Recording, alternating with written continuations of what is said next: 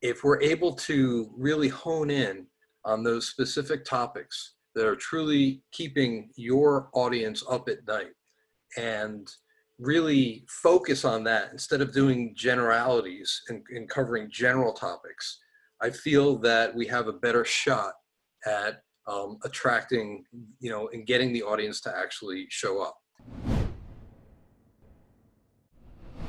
Content and the theme are very important in recruiting high quality attendees, and not just any attendees, not just like getting your reg numbers up, but specifically the ones that align with that content, care about that content. Where we come from before COVID was we were in a private room of a nice restaurant. We had, say, 4 or 5 tables of 8 people.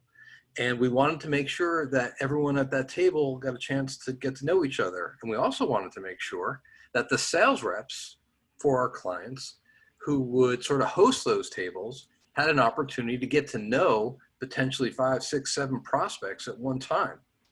So we needed to create space virtually like we did in the physical environment, which is why we feel that having virtual breakout sessions, now we know it's not the same as actually sharing a meal or actually shaking hands or actually sitting next to someone, but at least it does allow us in smaller groups to interact with each other.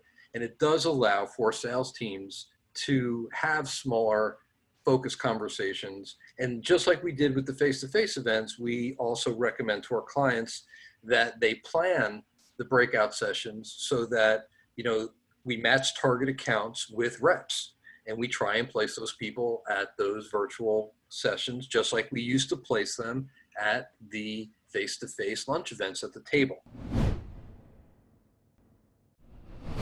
I do think there is a significant appetite to get back out there and do physical events. People have been doing these virtual events now we're on month 7 of doing this, month 8, whatever it's been. And I think there's definitely a little bit of a fatigue. Yeah, fatigue, diminishing returns right now, which is why we just kind of need to iterate and create unique experiences as often as we can. But I do think that once maybe there's a vaccine and people feel comfortable, that the physical events will not go away. There's definitely the pent up demand and interest to do those again. So I don't know if that will be in the spring or summer of next year, but I do not think that they are a thing of the past. I do think that the hybrid approach, you'll have maybe more virtual events going forward. That could be a thing that would still exist, but the physical events, at least in my opinion, I don't think that's going away.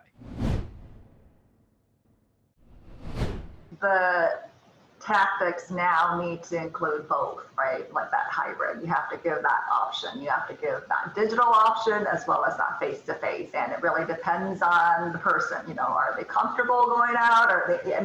So I feel like that's the future. You got to balance both.